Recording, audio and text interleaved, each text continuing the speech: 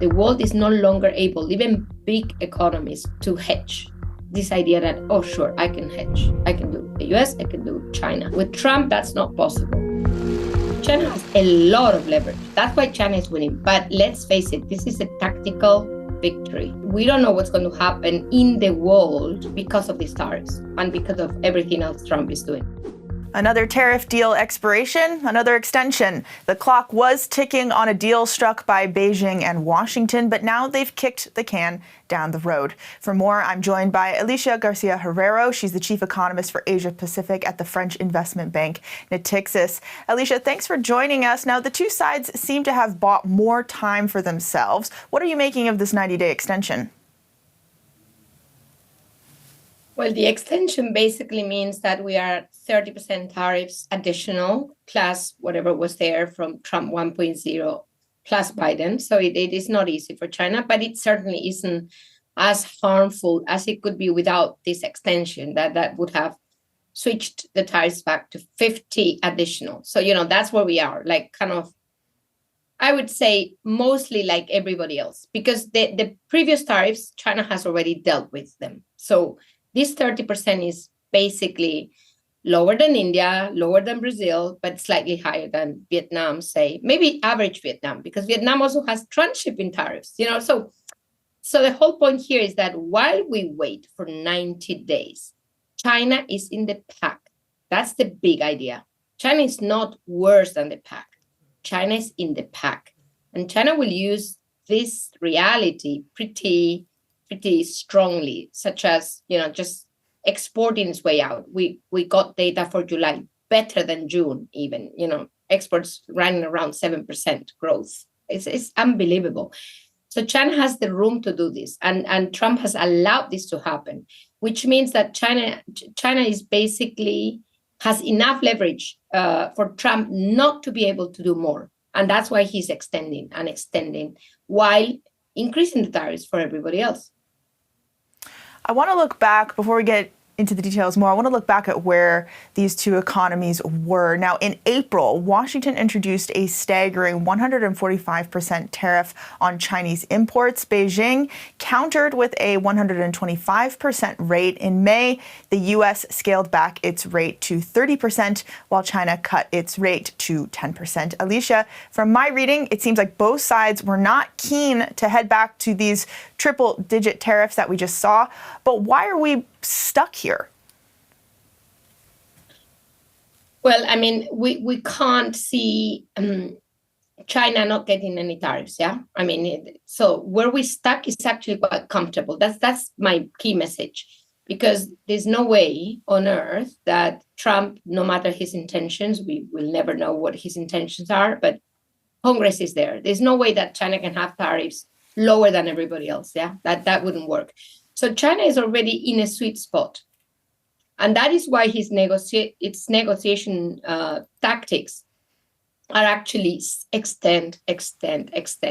I give you a little bit of leeway on export controls on rare earth, but not everything. So that, you extend. I don't give you everything. I give you enough to extend the situation. On top of that, new tariffs have come, which are quite important for China. This is semiconductors, 100%. That's big for everybody except TSMC. And China will negotiate that down for China. So you see, so in the waiting time, China is getting concessions. We have to remember that. And that is putting China in same or even better position than the rest of Asia. This means China is a relative winner of all of this. And I think we need to realize that the rest of Asia will suffer more than China, very likely, from these tariffs. I want to get back to this idea of who's winning this trade war in just a moment, but a big part of the talks is semiconductor policy, right? Especially these chips used in artificial intelligence. What's the status of that sticking point?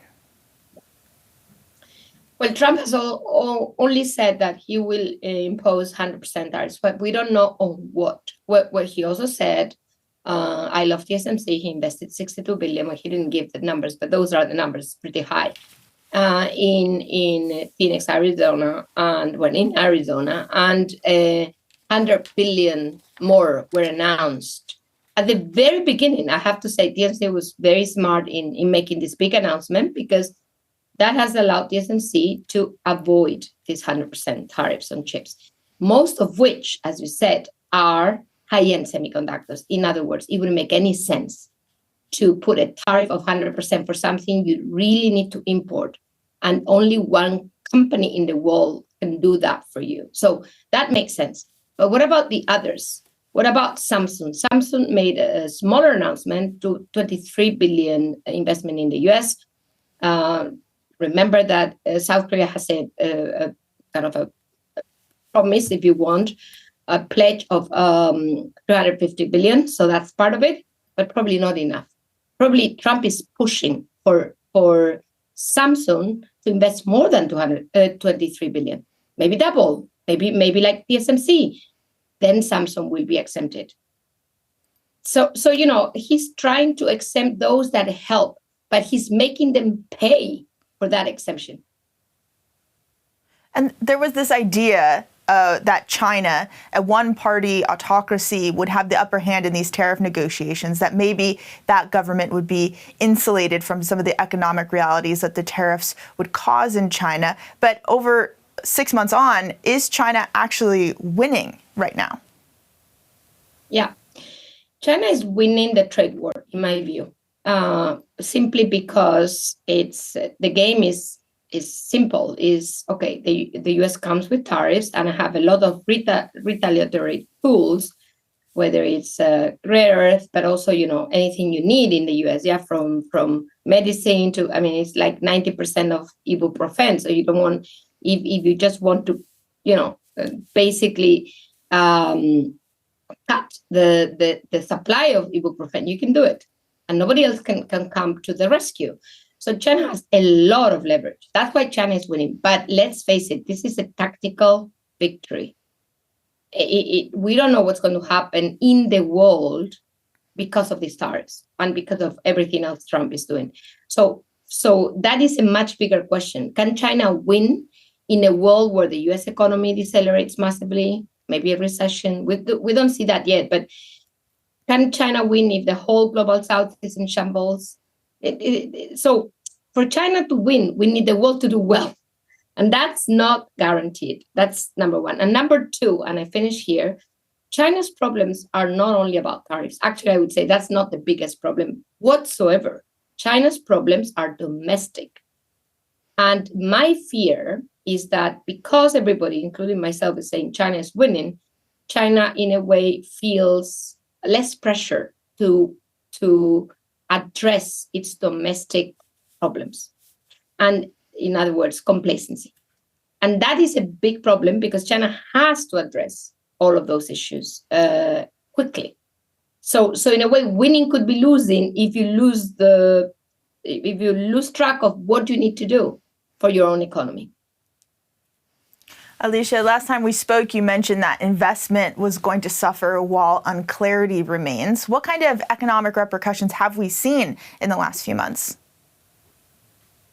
Well, to be very frank, we have 80% of corporates in the US, we have this profit stream doing well, actually at or above target. Same for Japan. Japan should be a big loser if you think about it. Not really. That's not what corporate profits show so far. So interestingly, we don't see yet a massive repercussion, that if that's your question.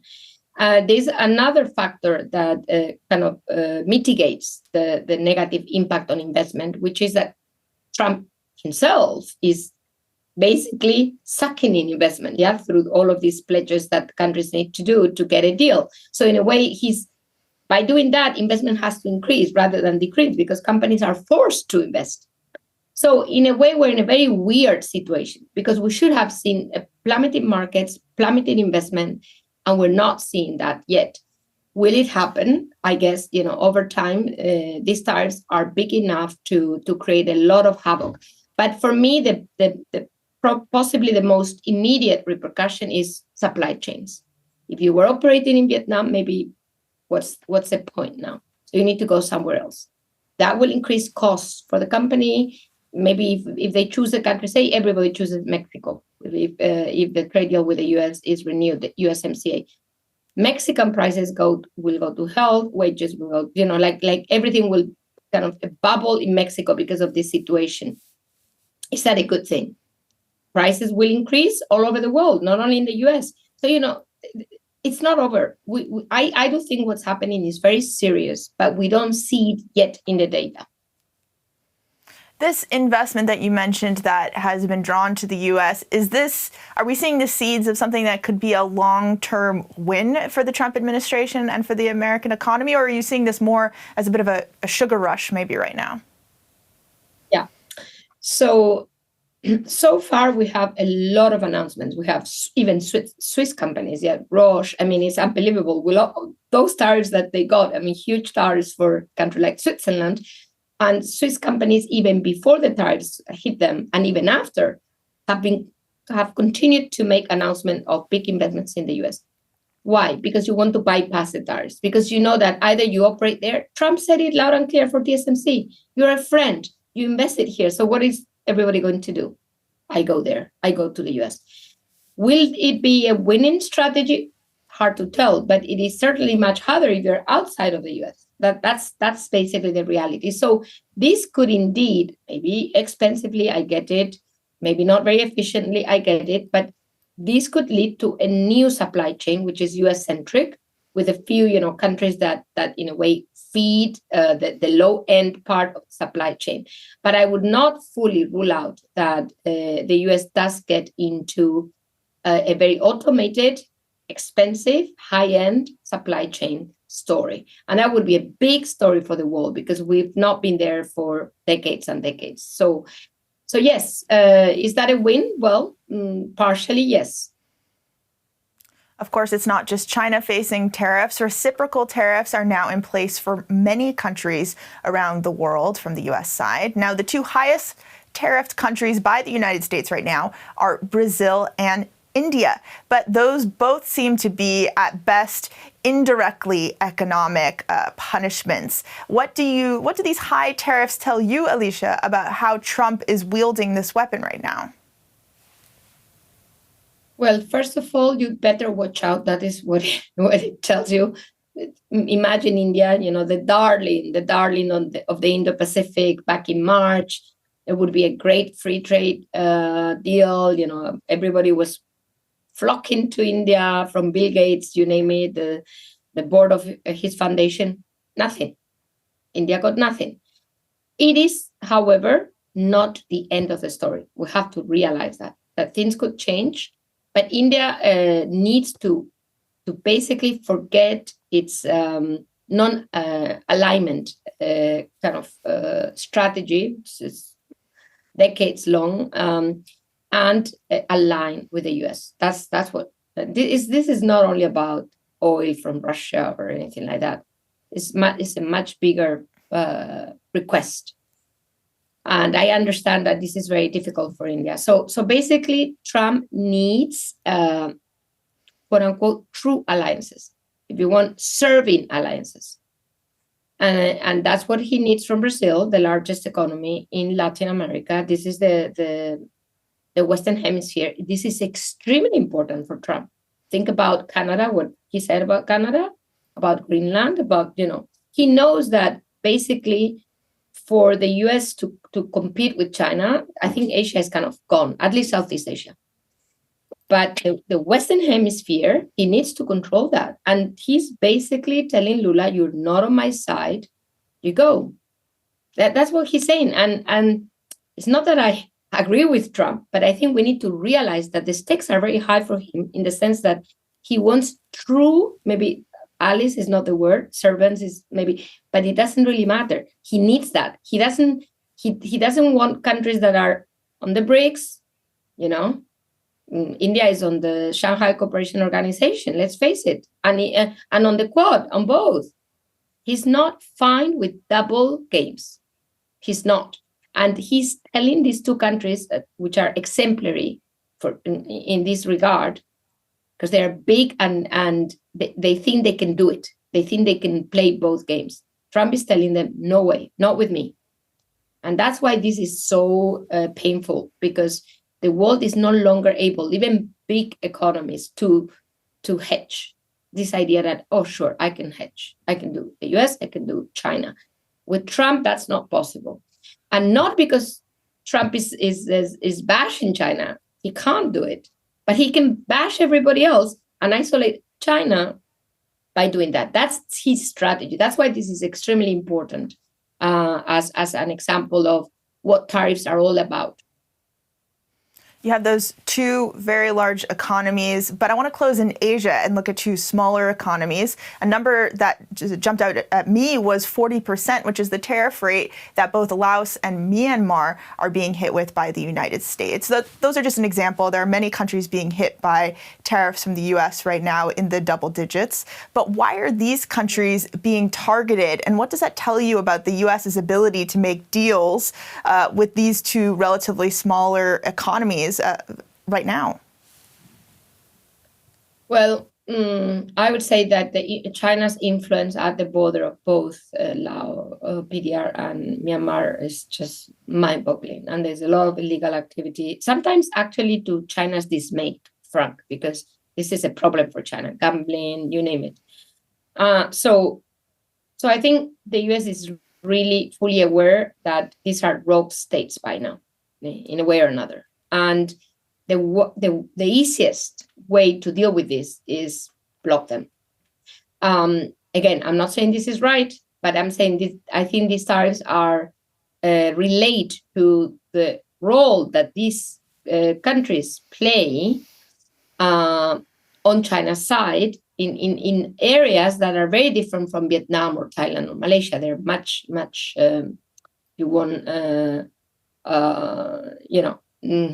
darker, if you want.